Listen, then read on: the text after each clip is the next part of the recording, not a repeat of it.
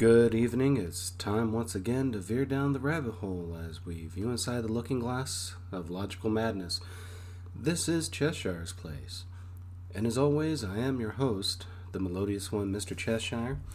You can always find me in my small little corner of internet wonderland by going on Facebook and giving a like to my group page, Cheshire's Place, a looking glass in a logical madness. You can always listen to this episode and all other episodes for this podcast on Anchor.fm, Spotify,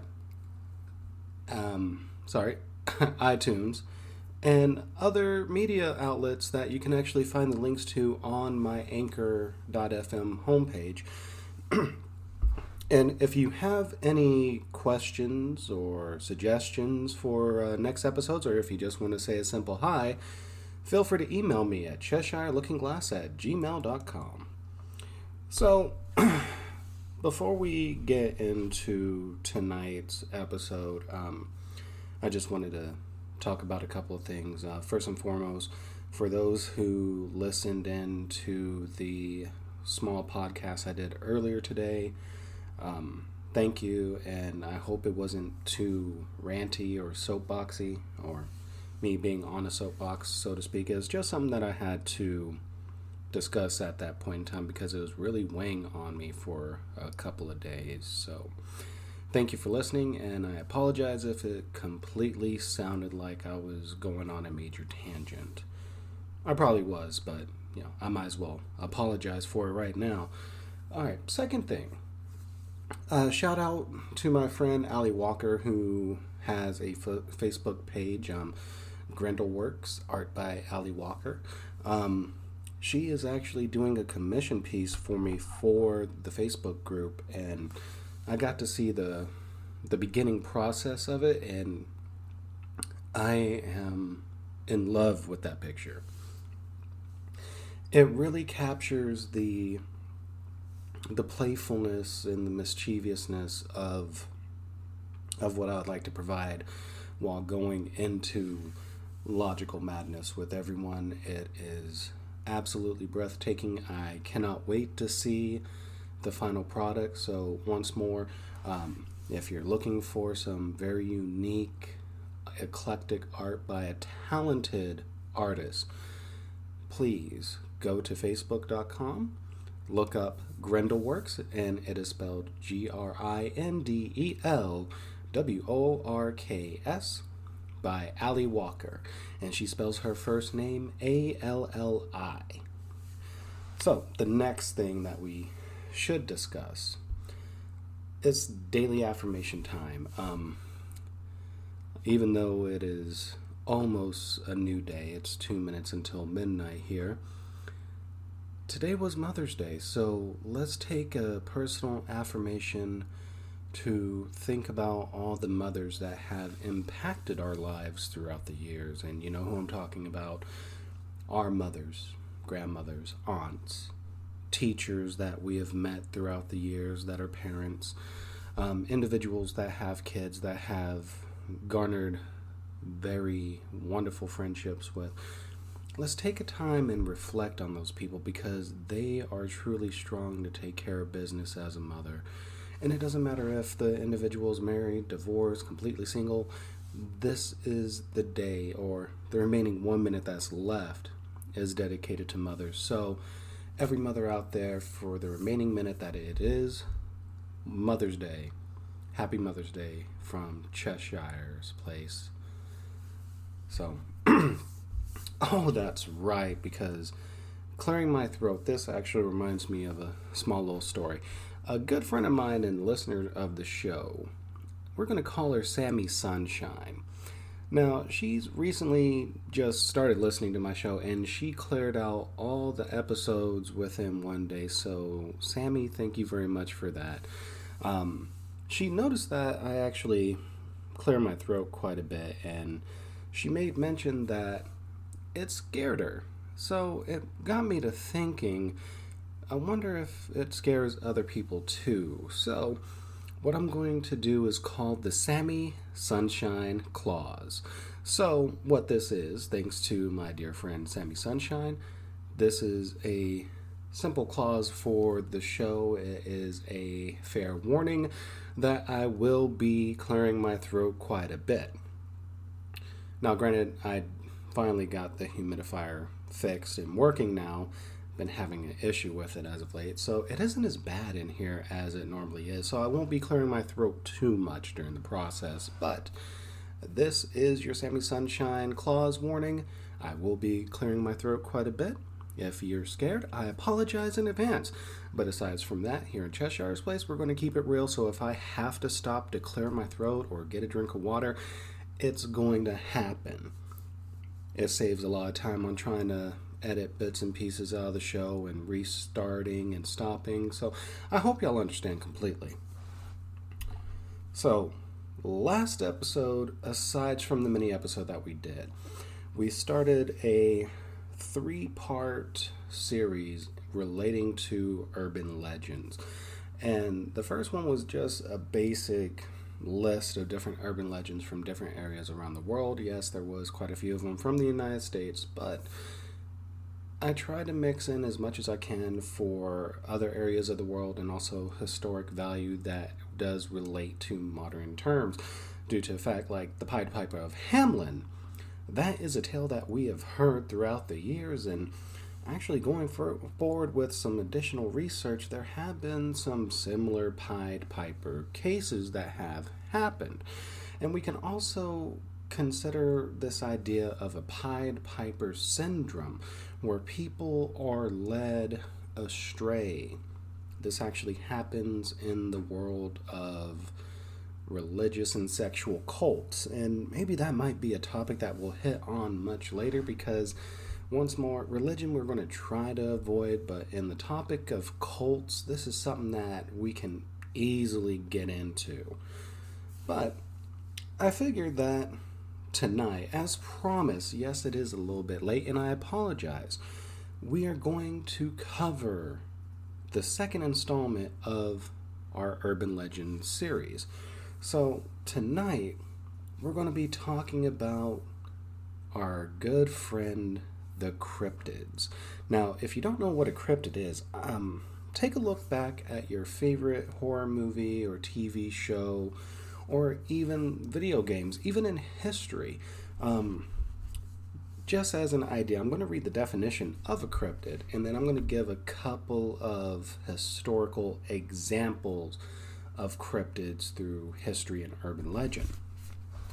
So, cryptid is a noun. It is an animal that has been claimed to exist but never proven to exist. This is presumed by followers of the cryptozoology's pseudoscientific subculture that they exist on the basis of anecdotal or other evidence considered insufficient by mainstream science. Cryptozoologists focus on entities mentioned in folklore rather than identifying new species as biologists do.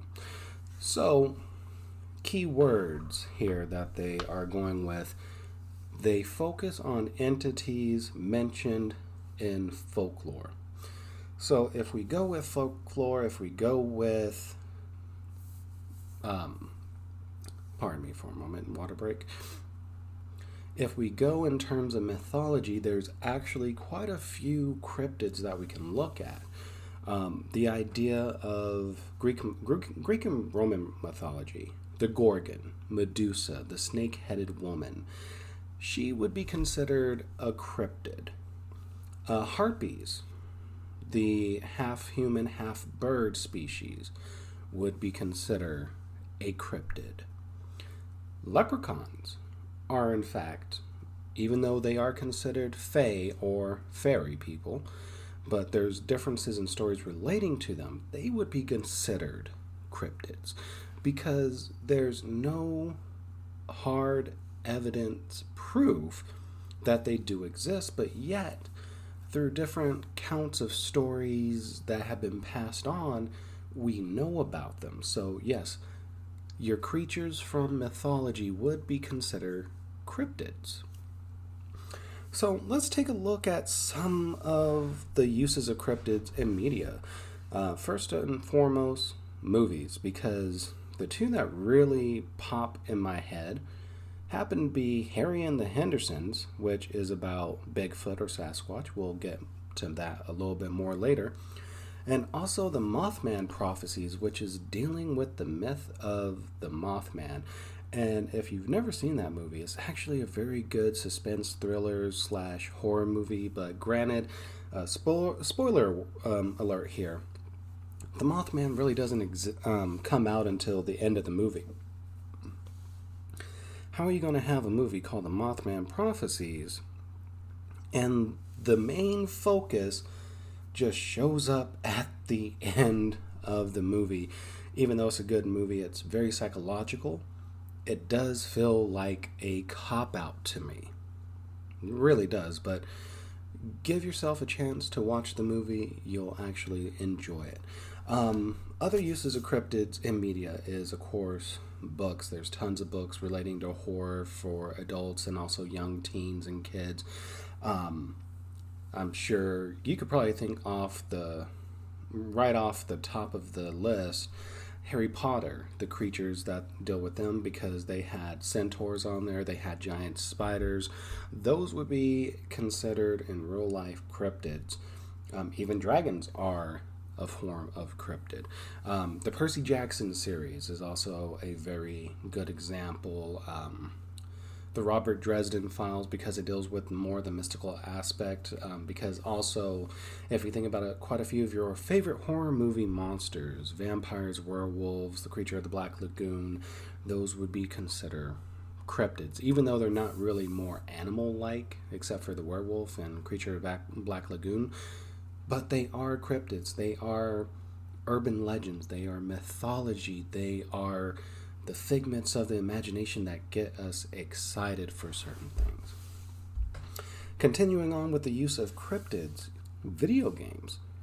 Come on, who hasn't played fighting video games like Darkstalkers or Bloody Roar, which is actually a good one because you have those who are changing into animals. They are called zoanthropes. Most notably, what we know of zoanthropes would be lycanthropes, which is werewolves. Also, if you take a look, for those who like playing indie games, there was a video game out called Terrordrome, which originally the first installment of Terrordrome focused in on classic movie monsters. Mainly, okay, I shouldn't say classic. It was focused on movie monsters that are a little more modern. So, Freddy, Jason, Pinhead from Hellraiser, Chucky from Child's Play, Ash Williams from Evil Dead series. Now, granted, this game wasn't licensed, but there are free copies of it outside on the internet. And I actually had a copy of it, and it was actually a pretty fun game to learn. The combo system was actually kind of slow on it, but once you got the hang of it and you actually put a controller to the laptop, it ran like a dream. Now, their newest installment of Terrordrome is supposed to be coming out here within the year or so, and it actually has some more references to cryptids. Slender Man, they have a variation of Slender Man on there, and Slender Man is a cryptid.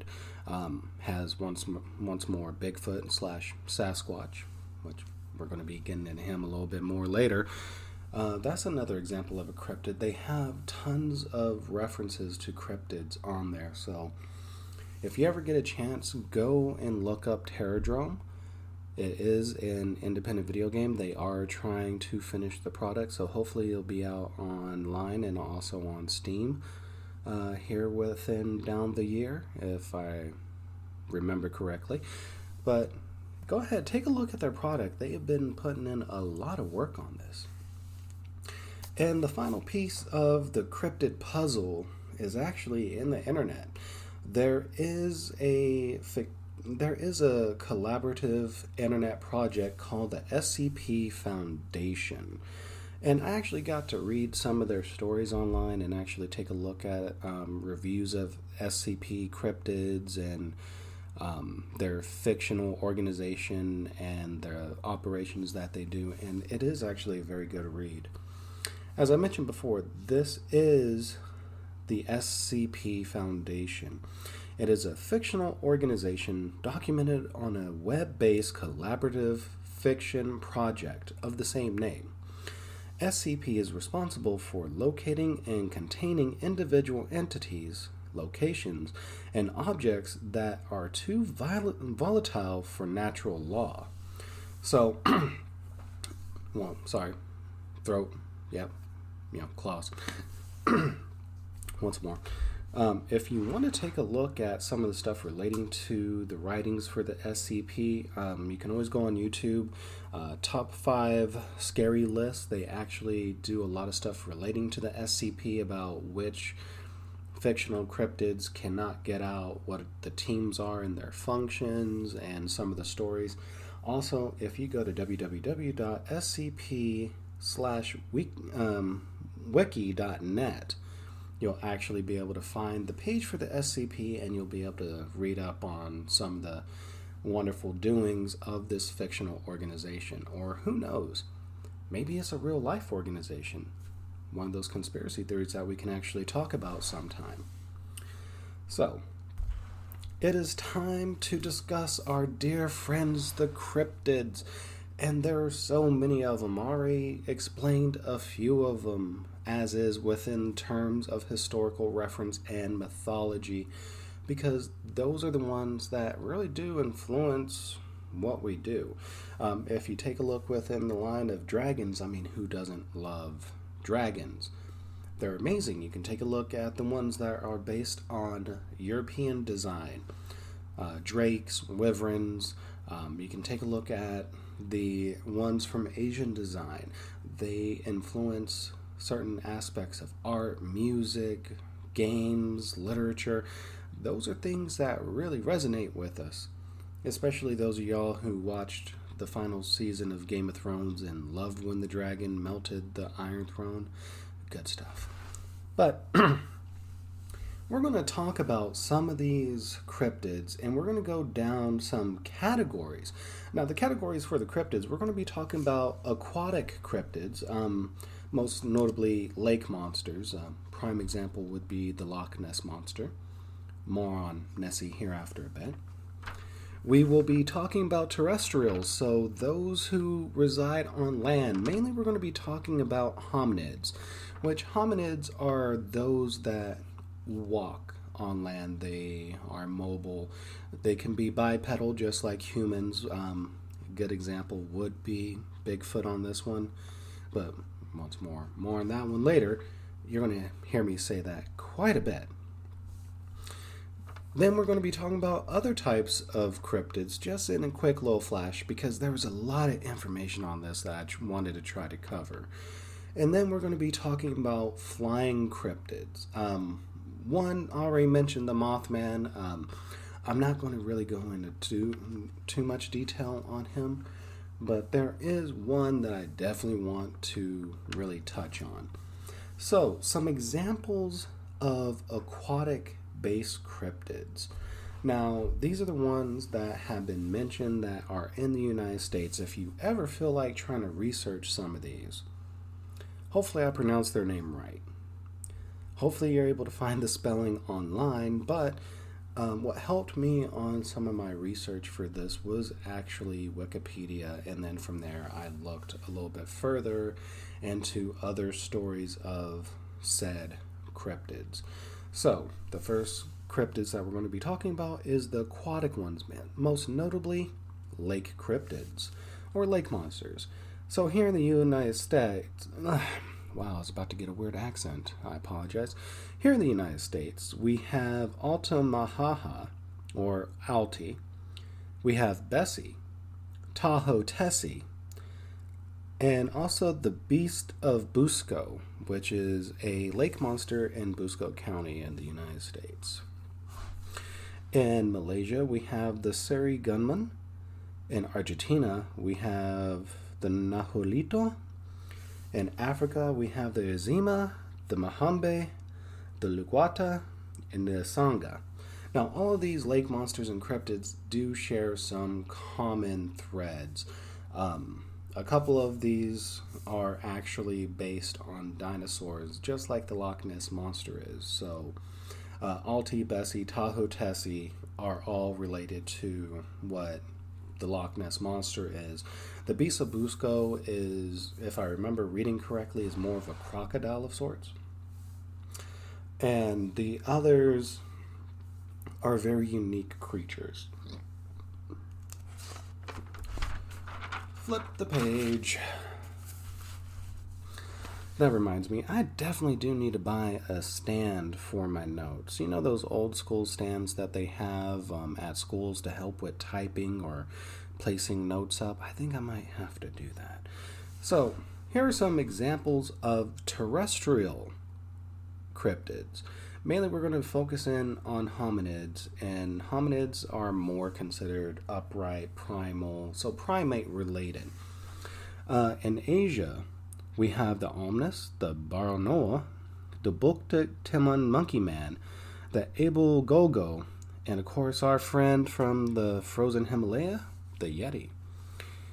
Here in the United States, of course, we have Sasquatch or Bigfoot, we have the Honey Island Swamp Monster, the Mogollon Monster, and the Skunk Ape from the United States, as I mentioned before.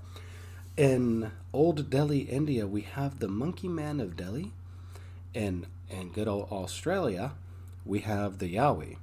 Now, some other terrestrial cryptids that we can discuss, and I wish I would have put them on a list with more in-depth information, but just with everything that I was trying to put into this, I didn't want to seem so overwhelmed with cryptids. But if you're interested in cryptids, as I said, Wikipedia is good, YouTube is good. If you want to go further with more modern cryptids, SCP is always good. Those stories are amazing. So some of the other ones that are out there for terrestrial cryptids, there's the Ozark Howler, my apologies, the Chupacabra, one from actually my part of the United States, the Mongolian Death Worm, the Mignawa, the Minhokawa, the Lizard Man of Scape or Swamp, and the Great Spider that actually comes from Africa. And now we're going to mention real quick flying cryptids. The first one is going to be the Jersey Devil, which some people have heard about the Jersey Devil, and I do not mean the mascot for the hockey team. The Mothman, and also from Native American culture, the Thunderbird, which is the equivalent of the Phoenix in Greek and Roman mythology. So, it wouldn't be an episode relating to urban legends if we didn't have a list of sorts. So this is going to be a top 10 list of cryptids. Now, some of them are well known, some of them are not well known, but all of them do not follow a list of importance from worst to best and vice versa. These are just ones I found a little more fascinating, and for some of them I felt a little more comfortable discussing. So here we go. So starting with number 10. It's our good friend the Sasquatch, aka Bigfoot. Told you we'd be mentioning him again. So Bigfoot is described as a hairy, upright, walking ape-like creature that dwells in the wilderness. Now, it is said that Bigfoot possibly is the missing link between humans and human ancestors or great apes. Now, this creature is mostly found in the Pacific Northwest of North America. This also includes parts of Oregon, Washington, Vancouver, British Canada. Now, information about Sasquatch and pictures. Now, mind you, when it comes to pseudo-crypto... let me make sure I get this right. The cryptozoology pseudoscientific subculture. Due to this, I mean, they go off of folklore, and there's been tons of folklore relating to Bigfoot or Sasquatch. And so many people have tried to prove that Bigfoot is real. We have seen the show Bigfoot Hunters or Bigfoot Country. We have seen the pictures of said Bigfoot, even the earliest pictures of Bigfoot, which were proven to be a hoax. We have seen people try to recreate what would be called Bigfoot hair just to try to prove that this creature exists. Now, is it a possibility that Bigfoot can exist? Yes, it is. There is a possibility that all these creatures can exist. There's so much more out there in this world that is unexplained and untapped. So we should keep an open mind whenever discussing things that are unknown, because once more, just like the X-Files always say, the truth is out there. So the next creature that we're going to talk about is number 9, and that is the Loch Ness Monster, also known as Nessie. Now, everyone is familiar with Nessie. Nessie is reported to be in the Loch Ness of Scotland, but let's go a little bit further. Nessie is described as a long-necked creature with one or more humps protruding from the water. Now, so a lot of people have put a lot of anecdotal information out there and evidence to include disputed photographs, which people have proven are false, and sonar readings to try to prove that the creature is out there, and it could be just about anything out there. A person can easily get on a man-made water skimmer, go underwater, and try to... what's the word I'm looking for? Try to trip the information of a sonar. It's actually quite simple to do. But historical sightings relating to Nessie started in 565 AD, and even to this day in modern times, even though Nessie really hasn't been reported on, the last report was 2006, 2007, if I remember correctly, for Nessie.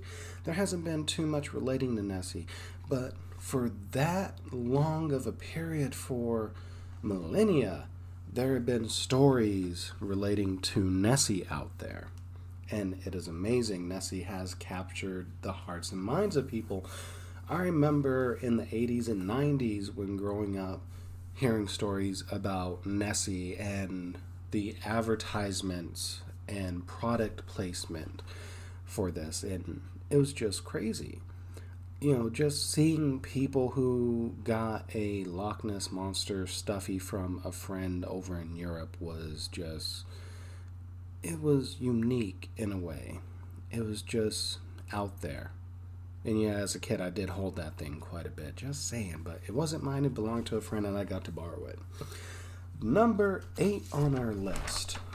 Flip the page. Number 8 on our list is dealing with El Chupacabra, which translates into goat sucker. So, this creature originates in the Americas, so we're talking North, Central, South Americas, also the Caribbean, notably in Puerto Rico, which actually Puerto Rico is where the first sighting of the Chupacabra was reported.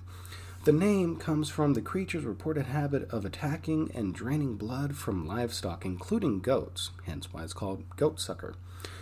And goat sucker is actually a pretty good insult whenever you're a kid, but don't teach your kids that. So reports of the creature have been found in the Caribbean, Central and South America, and regions of Southwest United States and Mexico. Even when growing up, there have been tales about the Chupacabra in my part of Texas, which is actually border from Colorado and Oklahoma and New Mexico. So you hear a lot of different stories about this creature that have appeared out of nowhere and taken livestock. It was a way to explain how different livestock just up and died in the area. And the Chupacabra, in a way, was almost like the boogeyman for us, listening to those stories. So we didn't venture outside late at night whenever we were young, because you never know if El Chupacabra was going to show up and mistake a nice little young boy or girl as livestock. Now, aside from reports coming in from North and South America, Central America, and the Caribbean, there actually has been reports of chupacabra sightings in the northern part of the United States, in Maine of all places, but also in the Philippines and in Russia. So it almost seems like, in terms of this cryptid, it could be a migrationary cryptid where it's going to move either where there's a food source or it follows a pattern of migration. Something to think about. SCP fans, if you're listening, might want to chime in on this one. In number 7, we're going to talk about the bunyip. Now, the bunyip is a creature from Australian Aboriginal mythology. It is said that it lurks in swamps, waterholes, and creeks. Now, within the 9 regions of Australia, there are 9 different variations of this creature. Now, earliest recordings of this creature started in the 19th century. Some people, so there's, as I mentioned before, there are differences in the explanation of what the bunyip looks like within these 9 regions. One example, one explanation of what the creature looks like actually comes from the Murray River region, where the Aboriginal people there say that the bunyip looks like a giant starfish. There are some that in other regions that believe it just looks like a mutated dog or crocodile that is walking, and it will come and take a person back to their lair. Differences in explanation due to a fact of cultural difference within region. It's actually pretty amazing. It's just like if I explained that a goat man came to my house and it looked like a half man, half goat, and then another part tries to explain the same creature as something that looks like more goat, but it's upright as a man, and so on and so forth. At number 6, we're going to be discussing the Mongolian death worm, and I mentioned this one a little bit earlier, and after I took a look at the Mongolian death worm, it was actually interesting. So let me read a little bit on this one. So this creature rumors to dwell in the Gobi Desert of Mongolia. So it came to Western attention in 1926 in the book On the Trail of Ancient Man by Roy Chapman Andrews. Now, Mr. Andrews was a paleontologist from the United States that was not convinced of the tales he heard from Mongolian officials whenever he went to try to discover this creature. He stated to the officials, none of those present ever have seen the creature, but they all firmly believed in its existence and described it minutely. Now, this creature is described as having a sausage-shaped body that is 2 feet long, with no head or appendages. And its poison that it secretes from his body is so dangerous that even the slightest touch can be considered instant death.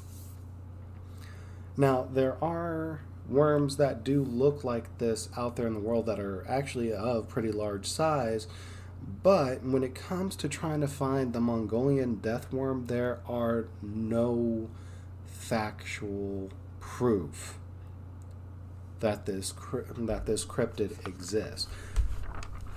Even though that in some parts of the Gobi Desert, it has been said that this creature does exist and that it has been seen. But we haven't seen any definite proof of this. At number 5, we will be discussing Steller's sea ape. So this is a purported marine mammal that was observed by George Steller, a German zoologist who was around the coast of Alaska on August 10th, 1741. The creature, as described by Mr. Steller, is a 5 foot to 1.5 meter long creature with a dog-like head, long drooping whiskers, an elongated yet robust body, thick fur coat, and no limbs, but it has two tail fins, much like a shark. The sea ape is also described as a playful yet inquisitive creature, just as a young monkey. Now, this creature was not seen after Mr. Stellar until 1965, when a sailor by the name of Miles Smeaton spotted the creature off the coast of Atka Island in Alaska. Now that's pretty interesting, and just the description of it was very nice to actually look at. It makes me wonder if this creature really could possibly exist. But then again, you never know. There is a possibility that it does, there is a possibility that it doesn't. Until we actually get hard evidence of cryptids being real, it leaves a lot of pondering to be processing here. Alright, at number 4, we will be discussing British big cats. Now, they're also known as phantom cats, mystery cats, or ABCs, which stands for alien or anomalous big cats. Now, reports of these creatures are coming from Great Britain, and it's reported that they're not native to Great Britain, but they have the possibility of inhabiting the British countrysides. Now, some of these sightings reported these creatures as big black cats, or going more specifically, panthers or pumas. There was actually a case of a puma being captured in Scotland in 1980. Now, the theory is relating to ABCs or phantom cats, however we would like to discuss them, is that these were illegally owned wild cats that were just released because the owners were afraid of being caught with them, which is understandable because it is animal poaching. If you have that type of animal in an area that cannot house it, you have to have licensing and training for those type of animals. Once more, for those who watch Tiger King, you would be up on this a little bit, but yet then again, they didn't really discuss that part, and there's a high possibility that Joe Exotic's area, his little zoo, was definitely illegal because he didn't have the paperwork to try to run a sanctuary for big cats, especially in the location that he was in Oklahoma. So there's also a fringe theory relating to British big cats or ABCs, and this theory states that the animals may be surviving Ice Age fauna, which, for those who do not understand what fauna is, this is high school, junior high science. There's flora, which is plants, fauna, which is animals. So there's a high possibility what this fringe theory is leading to is that these big cats are possible descendants of saber-toothed cats or surviving saber-toothed cats that have been around for millennia, eons, however you want to say it. Number 3, the Trinity Alp salamander.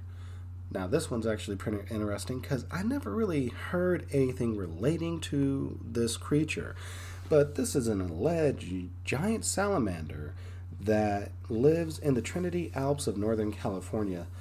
Now, this creature is larger than most known salamanders. Its size is compared to that of a salamander called a hellbender, which is also somewhat of a cryptid as well. It is not based on a recognized species of salamander. Now, the first report of this creature comes from the 19th century, and it hasn't really been reported frequently since the early 20th century. There was an attempt at an expedition led by a gentleman by the name of Tom Slick to capture one of these Trinity Alp salamanders.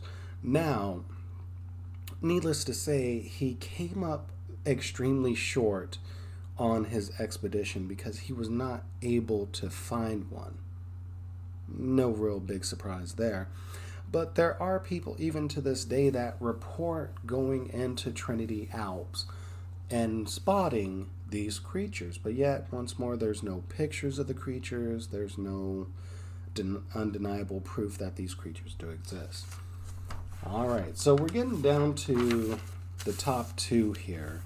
And just want to say, before we finish this off, thank you for sticking with me for the past almost 41 minutes reading about cryptids. It means a lot. Hopefully I'm not boring you with my melodious voice, but if I am, it's time to wake up and listen a little bit more. It's okay, this big cat over here loves you. And even though this melodious voice is soft, smooth, and silky, just like a fresh pair of underwear, expensive underwear, not the cheap stuff, just saying, need you to wake up and stay with me a little bit more. All right, for number two. Number two on our list is the Dobhar Chu, also known as the water dog, the water hound, or king otter. And I hope I pronounced that correctly. Once more, Dobhar Chu. It is Irish, Gaelic, actually, and I am extremely apologetic if I butchered it. To all my listeners in Ireland, I am sorry. If there's some way you would like to correct me on it, please do so. It would be greatly appreciated. So, as I said, this is a creature of Irish folklore. Now, the description of this creature is stating that it resembles either both a dog and an otter, but sometimes it is described as half dog, half fish.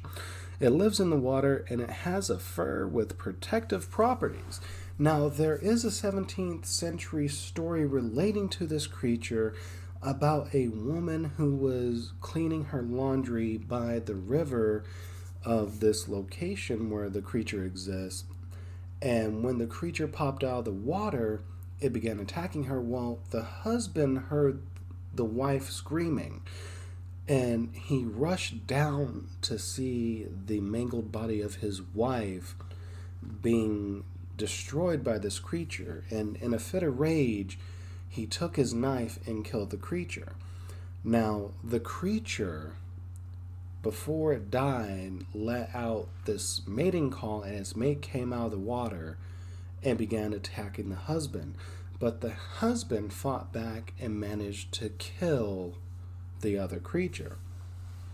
Now, you can find more information about this story, of course, on YouTube and, of course, on Wikipedia. But if you ever venture to Cornwall Cemetery in County Leitrim, you can actually go to this cemetery and find a headstone with the story relating to this creature. All right, number one on the list. And there was plenty of cryptids to go through to try to make number one. And once more, it's mainly those who capture my attention. It is not relating to importance or standards or anything, because you can do the same research I did and find cryptids that you may like and may want to put within a ranking system or anything. This, as I said, this is just me showing interest to this topic with these creatures. So, Sammy Sunshine, I apologize if I scared you once more. Sammy Sunshine claws, I will clear my throat. Number one, the Jersey Devil. Now, the Jersey Devil story started in 1735, and there's different variations on how this story came about. The Jersey Devil is also known as the Leeds Devil. Now, one story is that the Leeds family had 12 children, and the wife found out that she was pregnant with number 13. In a fit of rage, she decided to curse the birth of the child, stating that the child will be a devil. Well, during one stormy night, the child was born as a plain human, but as soon as the child was born, it began taking a grotesque demonic figure, and it flew out through the chimney. Now, there are other variations of this story. One other variation is that the mother was a witch, and that the father of the Leeds devil or Jersey devil was Satan himself. And then there's another variation. Let's just say there's a lot of variations relating to the Jersey devil or Leeds devil. But in relation to the story, there has been some historical proof about the family actually existing within Leeds County in South New Jersey. And it's actually amazing. Maybe one day I might do a mini excerpt reading more about the Jersey Devil, because this one by far was pretty interesting. Now, the description of this wonderful creature, it is... Apologies. I've been talking for 46 minutes straight. I know this is the last one. I'm going to try to power through. I'm not going to pause the show to get a drink of water. So let's give it the old kitty college try, and this old melodious cat is going to push through this. So, this creature is described as a flying bipedal creature with hooves. Now, to break down the description further, it is depicted as either a kangaroo or wyvern-like creature with bat-like wings, a goat or horse-like head, small arms with claws, cloven hooves, and a forked tail. Now, for those who have seen the Jersey Devil, it is reported that this creature is extremely fast, and it emits a high-pitched, blood-curdling scream. Amazing, isn't it? I mean, for most people, some people say that the Jersey Devil sounds like an ex-boyfriend or girlfriend, depending on situation.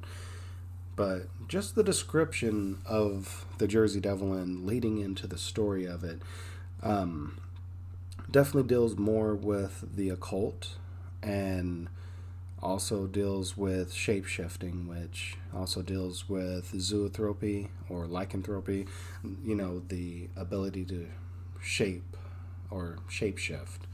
So, alright, now I can actually rest this melodious, smooth, silky voice. Thank you for listening tonight on the second installment of Urban Legends. Now, next weekend we will be coming back to this subject, mainly discussing the stigma of reporting, experiencing different phenomenon. It could be relating to urban legends and cryptids. It can be relating to psychic phenomenon. It could be relating to extraterrestrials. But we're going to discuss that stigma a little bit. So, as always, I am Mr. Cheshire, and this is Cheshire's Place, a looking glass into logical madness. And just like the Cheshire cat, who can also be very much related to a cryptid, I am everywhere and nowhere. Have a good night, and I'll see you next time for the next one.